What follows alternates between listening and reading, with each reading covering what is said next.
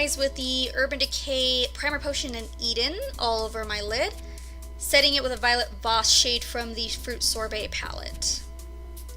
Then I'm going to go in with Creme. Creme is a beautiful coral, and I'm going to put this all over my crease.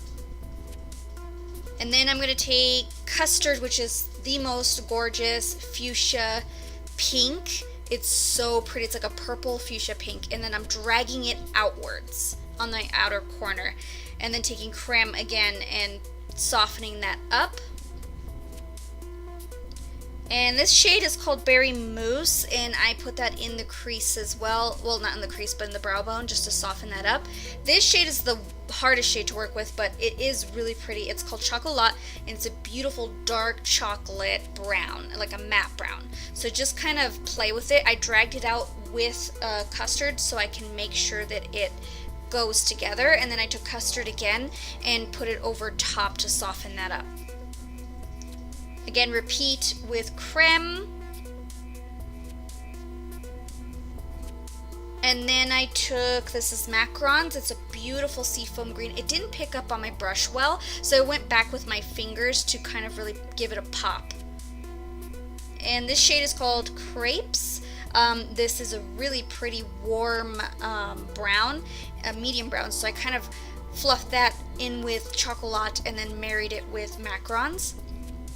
And this is the Tarte Shape Tape Concealer in Light Sand. This is one of the minis you can find at the Grab and Go section at Ulta. And I'm just carving out a wing.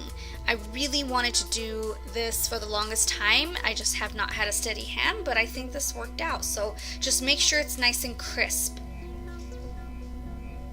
And then this is called Puffs, and it's a beautiful, like, pale pink, light pink, silvery pink, and I put this on top of the Shape Tape Concealer to really make it pop.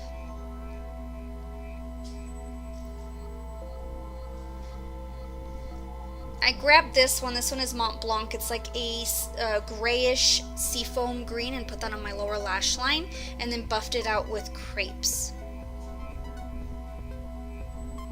And to finish it off, I used Tarte, which is a duochrome pink in my inner corner. Finished up with the Waterline liner from Urban Decay in Legend. And then finished my lashes with Monsieur Big by Lancome. I really love this mascara. It makes that false lash effect without the false lashes. And that's the completed look.